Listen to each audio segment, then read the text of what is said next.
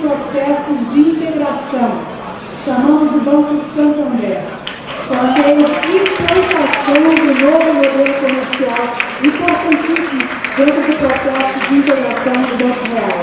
Convidamos o senhor João Paulo Camburakis, superintendente de projetos do Banco Santander, para subir ao palco e receber o troféu e falar nas suas unidades. Também chamamos o Márcio Satin, superintendente executivo de gestão comercial, o César Mendes, superintendente de gestão e integração, para participar dessa cerimônia.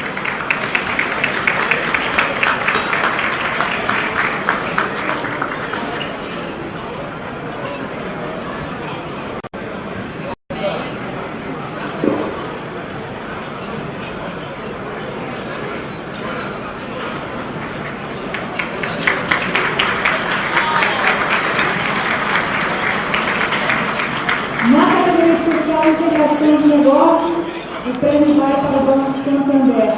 Convidamos para subir ao palco Daniele Rucker, superintendente de gestão de mudanças, Robert Heiselberg, superintendente executivo do segmento pessoa física Vanguard, e Ayrton Oliveira, superintendente core do Banco Santander.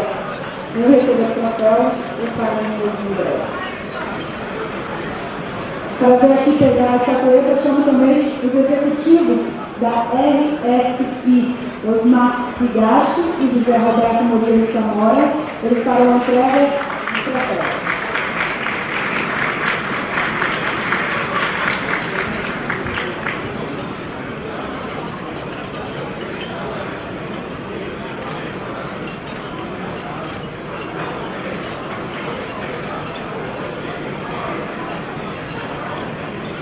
Nós estamos na vez com o Santander.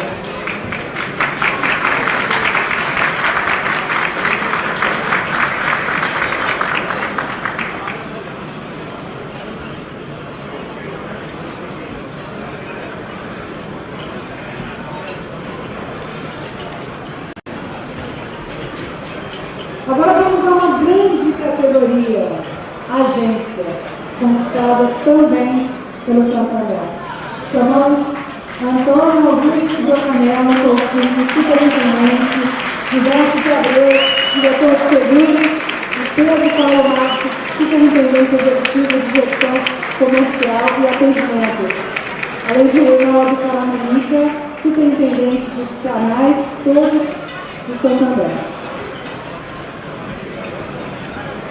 Eu convido também a Boas, parceira do Santander, para participar desta entrega. Por favor, chega aqui. Ricardo Carvalho Destre, presidente da Boas, para entregar o troféu.